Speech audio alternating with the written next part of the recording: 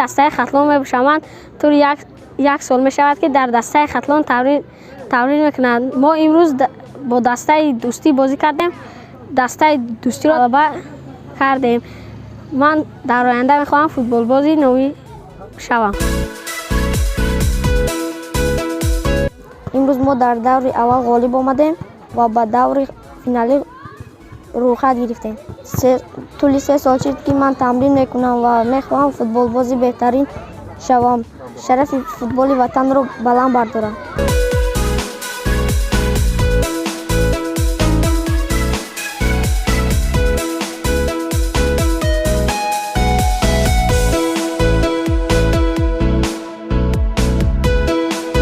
зӯртар ҳами кӯдакода мусобиқаҳо ташкил шавад.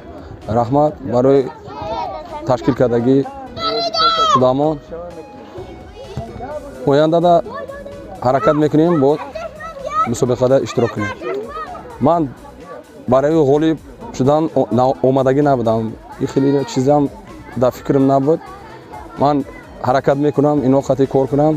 ояндада баъди 5-10 сол баъд натиҷара пурсидана ҳаракат мекунем.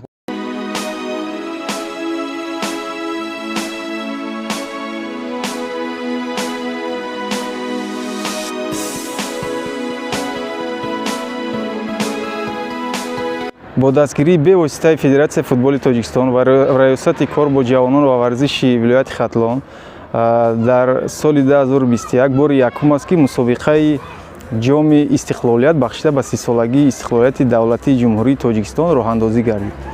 дар ҳудуди вилояти Хатлон зиёда аз 100 майдончаи варзишии футболи хурд фаъолият доранд ва хуб мешуд ки роҳбарияти ин майдончаҳо ақаллан дар як сол як маротиба мусобиқаи футболи хурд байни кӯдакони то 10 сола то 12 сола мегузаронданд. ин ба рушди футболи ватанӣ хеле дастгирии хуб мешуд.